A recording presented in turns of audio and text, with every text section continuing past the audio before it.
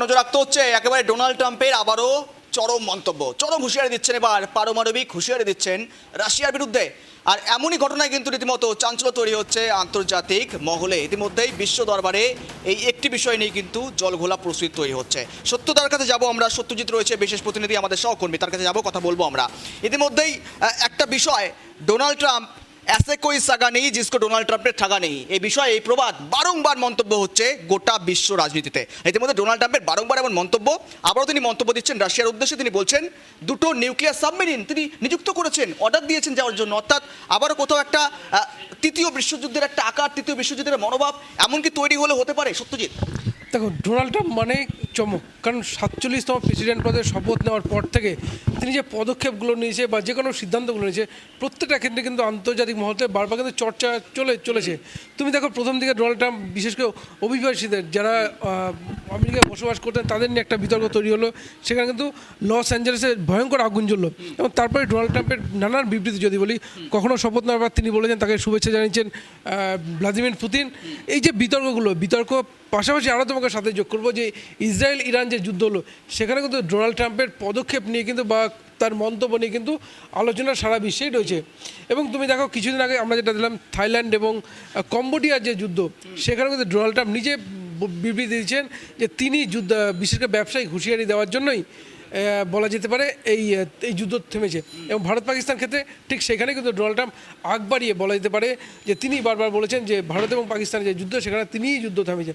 তো Donald Trump মানে যে এই চমক, অর্থাৎ তার যে নানান বিবৃতি, তাদের আলোচনা সমালোচনা চলছে। আর এবারে যেটা সবচেয়ে গুরুত্বপূর্ণ তা হচ্ছে ইউক্রেন রাশিয়ার যুদ্ধ। দেখো, কিছুদিন আগে ডোনাল্ড ট্রাম্প আমেরিকাকে হুঁশিয়ারি দিয়েছিলেন এবং 50 দিন সময় দিয়েছিলেন যে সব 50 দিনের মধ্যে তাকে যুদ্ধ থামাতে হবে। কিন্তু কী হলো, রাশিয়ার প্রেসিডেন্ট বলো, ভ্লাদিমির পুতিন বা রাশিয়া, এই ডোনাল্ড ট্রাম্পের এই মন্তব্যের কোনো কিন্তু কর্ণপাত করেনি। তারা কিন্তু ঠিক একই রকমভাবে ইসরায়েল ইউক্রেনে যেভাবে হামলা ঠিক সেভাবে চলছিল, এবং ঠিক তেমনই ডোনাল্ড ট্রাম্প তারপরে কিন্তু আবার নিজের মন্তব্য থেকে সরে আসেন। তিনি বলেন তাদেরকে 10 থেকে 12 দিন সময় দেওয়া হয়েছে। ডোনাল্ড ট্রাম্পের এই যে পরপর অর্থাৎ কোনো একটা মার্কিন প্রেসিডেন্টের মতো মানুষ যাকে অত্যন্ত শক্ত হয়েছে, তার প্রত্যেকটা কথার অন্ত ভ্যালু থাকা উচিত, কিন্তু ডোনাল্ড ট্রাম্প একটা মন্তব্য করে ঠিক পাল্টা কিন্তু বিবৃতি দিচ্ছেন। আর এই যে বললাম 50 দিন সময় দেওয়ার পরেই আবার 10-12 দিনের ঘোষণা, এবং তারপরে রাশিয়া কিন্তু কোনো কর্ণপাত না করায় এবার তিনি যেটা করেন তা হচ্ছে যে রাশিয়ার সীমান্তে দুটো সাবমেরিন মোতায়েন করা হয়েছে। এবং দেখো, রীতিমতো রাশিয়ান প্রাক্তন প্রেসিডেন্ট পাভেল মেদভেদ তিনি কিন্তু এই মন্তব্য করেছেন যে এখানে মোতায়েন রয়েছে। ফলে এই যে ইউক্রেন এবং রাশিয়ার যুদ্ধ, যেখানে দুই রাষ্ট্র বলে পরপর, দেখো প্রায় 2 বছর হয়ে গেল যুদ্ধ চলছে, এবং এই ইউক্রেন যেখানে ছোট্ট একটা দেশ, যেখানে কিন্তু অনায়াসেই রাশিয়া হয়তো পরাজিত করতে পারত, যেটা জানা যায় যে রাশিয়ার শক্তির বিচারে। কিন্তু ইউক্রেনের পাশে আমেরিকা রয়েছে, ন্যাটোর মতো দেশ রয়েছে, তারা অসামরিক সহ নানাবিধ বিষয়তে কিন্তু সমর্থন করছে। আর সমর্থন করার ফলেই রাশিয়া কিন্তু এখন পর্যন্ত ইউক্রেনকে পর্যুদস্ত করতে পারে। আর ঠিক সেখানেই এই সাবমেরিনের তত্ত্ব, অর্থাৎ তৃতীয় বিশ্বযুদ্ধ যেটা তুমি কথা বললে অত্যন্ত গুরুত্বপূর্ণ। কারণ দ্বিতীয় বিশ্বযুদ্ধ যেখানে জাপানে হিরোশিমা নাগাসাকিতে যে পরমাণু বিস্ফোরণ হয়েছিল, এবারে সেই বিষয়ের সামনে আছে।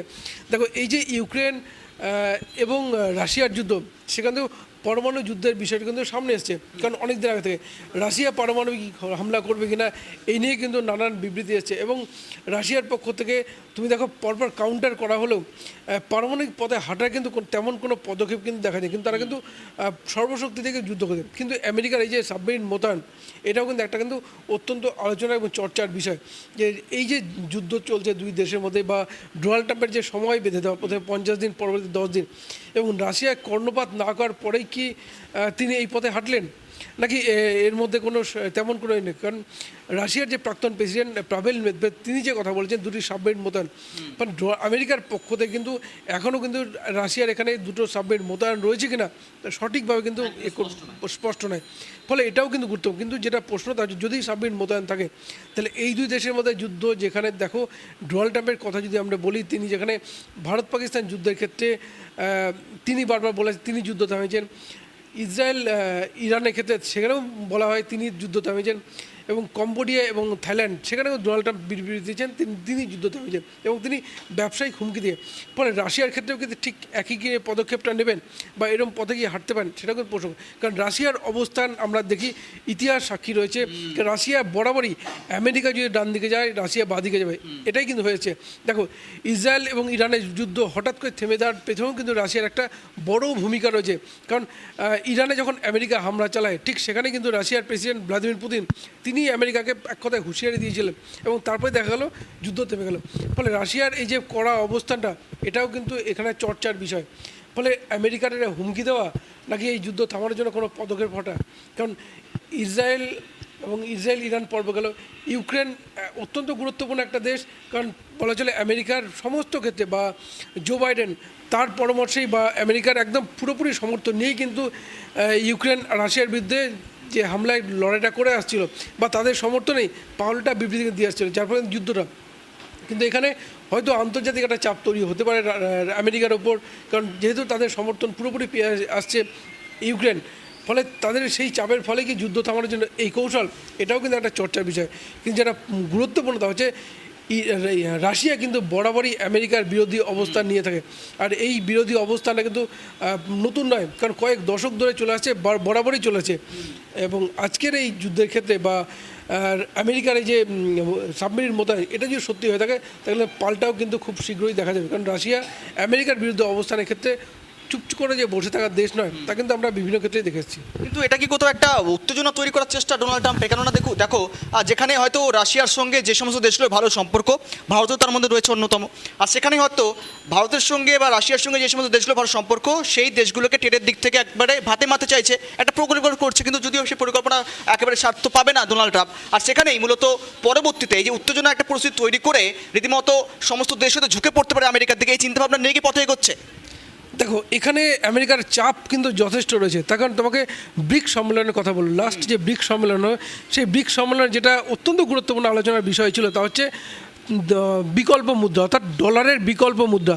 আমরা জানি বিশ্বের বিভিন্ন দেশ যখন অন্য দেশে আমদানি বা রপ্তানি করে সেখানে কিন্তু ডলারের ক্ষেত্রে ডলার দিয়ে আমদানি রপ্তানি করা হয়।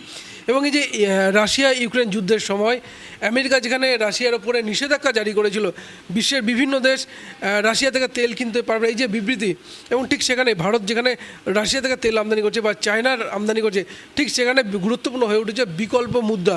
এবং দেখো লাস্ট ব্রিক্স সম্মেলনে সেখান থেকে বিকল্প মুদ্রার খোঁজেই কিন্তু আলোচনা একটা চলছিল। এবং ঠিক সেই ব্রিক্স সম্মেলনে কিন্তু দেশের প্রধানমন্ত্রী নরেন্দ্র মোদী কিন্তু ভারতে ইউপিআইয়ের কথাও কিন্তু তুলে ধরেন।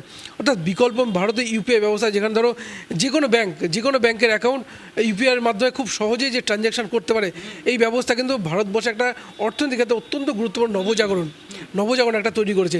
এবং এই ইউপিআই ব্যবস্থা শুধুমাত্র ভারতে নয়, ভারতের বলা যায় বেশ কিছু দেশ কিন্তু ভারতের এই ইউপিআই ব্যবস্থা কিন্তু ব্যবহার করছে। এবং আমেরিকার এই চাপটাই রয়েছে যে বিকল্প মুদ্রা যদি সামনে চলে আসে, যে আমেরিকার প্রেসিডেন্ট বা আমেরিকা কোনো দেশের উপর যদি নিষেধাজ্ঞা জারি করে যে তারা, বা দেখো এই যুদ্ধের সময় যেখানে যে ডলারের যে অ্যাকাউন্ট বা আমদানি রপ্তানি রাশিয়ার তা কিন্তু বন্ধ করে দিয়েছিল আমেরিকা, ফলে রাশিয়ার ক্ষেত্রে কিন্তু একটা সমস্যা তৈরি হয়েছিল। এবং এই যে বিকল্প মুদ্রা বলা যেতে পারে ঠিক সেইখানেই একটা কিন্তু চাপ তৈরি হয়েছে আমেরিকার উপর। তুমি জানো আমরা যদি চীনের কথা বলি, চীনের ইউয়ান রয়েছে, রাশিয়ার রুবল রয়েছে, ভারতের টাকা রয়েছে, বা বলাতে ভারতের ইউপিআই ব্যবস্থা বা বিকল্প মুদ্রা হয়ে যদি অন্য কোনো দেশের টাকা যদি সামনে চলে আসে, বা এই ব্রিক্স সম্মেলন গোষ্ঠীর দেশগুলো যেখানে কিন্তু আমেরিকা নেই, এমনকি বলবো তোমাকে ব্রিক্সই একমাত্র গোষ্ঠী যেখানে কিন্তু আমেরিকার বিরোধী দেশগুলো রয়েছে বা আমেরিকার বিরুদ্ধে অবস্থান নিয়ে থাকে, তারা কিন্তু রয়েছে। ফলে এই যে বিকল্প মুদ্রার সন্ধান, এটা কিন্তু আমেরিকার সিঁদুরে মুখ দেখছে বা বলা যেতে পারে, বা বিকল্প মুদ্রা যদি তৈরি হয়ে থাকে তাহলে সেটা কিন্তু আমেরিকার অর্থনীতিতে একটা বড় সড়ো ধাক্কা। আর সেই মাথায় রেখেই বলে দেখো ভারতের উপর যে চাপ সৃষ্টি, যে ভারত রাশিয়া থেকে তেল আমদানি করছে বলে ভারতের শুল্ক বৃদ্ধি করা হলো, বা চীন আমদানি করছে বলে, বা বলা যায় ব্রিক্স গোষ্ঠীগুলোকে এক কথায় টার্গেট করেছে। অর্থাৎ ব্রিক্স সম্মেলনের গোষ্ঠীর দেশগুলো যে বিকল্প অর্থনীতির যে একটা যে প্রয়াস রয়েছে সেখানে কোথাও যেন একটা ভয় রয়েছে। আর সেই ভয়ের ক্ষেত্রেই ব্রিক্স সম্মেলনের গোষ্ঠীর দেশগুলোর উপর একটা নতুনভাবে চাপ তৈরি কিন্তু করতে চলছে আমেরিকা, যার ফলে হয়তো যেহেতু রাশিয়া একটা যুদ্ধের পরিস্থিতি রয়েছে, আর ঠিক সেই সাবমেরিন ভারতের কাছে তুমি জানো 25% শুল্ক বসানো, এই পথে হাঁটতে শুরু করলো আমেরিকা। বেশ, অনেক ধন্যবাদ সত্যজিৎ সঙ্গে থাকার জন্য। দেখুন, আমরা আলোচনা করলাম একযোগে বলা চলে যেখানে ডোনাল্ড ট্রাম্প এক এক সময় এক এক রকম মন্তব্য করছেন, তার মন্তব্যকে ইতিমধ্যে রাজনৈতিক মহলে বেশ জল্পনা তৈরি হচ্ছে। কোন রাজনৈতিক মহল? একেবারে আন্তর্জাতিক মহলে বেশ জল্পনা তৈরি হচ্ছে। আর আরও একবার রাশিয়ার বিরুদ্ধে সাবমেরিন পাঠিয়ে দিয়েছেন, নির্দেশ দিয়েছেন ডোনাল্ড ট্রাম্প। এই সমস্ত বিষয় নিয়ে কিন্তু চাপ উত্তেজনা তৈরি হচ্ছে। আর এই বিষয় নিয়ে একটা প্রতিবেদন দেখি। সামাজিক যোগাযোগ মাধ্যমে এক বিস্ফোরক পোস্ট ডোনাল্ড ট্রাম্প বলেন, রাশিয়ার প্রাক্তন প্রেসিডেন্ট দিমিত্রি মেদভেদেভের উস্কানিমূলক ও অপ্রত্যাশিত মন্তব্যের প্রতিক্রিয়ায় তিনি দুটি পরমাণু সাবমেরিন উপযুক্ত এলাকায় মোতায়েনের নির্দেশ দিয়েছেন। যদিও মার্কিন প্রতিরক্ষা মন্ত্রণালয় এমন কোনো মোতায়েনের সত্যতা নিশ্চিত করেনি। শব্দের ক্ষমতা অনেক সময় তা ভয়াবহ পরিণতির দিকে নিয়ে যেতে পারে। আমি চাই না সেটাই ঘটুক। ট্রাম্প প্রশাসনের এমন পদক্ষেপ আন্তর্জাতিক মহলে উত্তেজনা বাড়িয়ে তুলছে। পরমাণু সাবমেরিনের এই মোতায়েন বাস্তব না শুধুই রাজনৈতিক কৌশল, সেটি এখন বড় প্রশ্ন। Bureau report, tribe TV Bangla.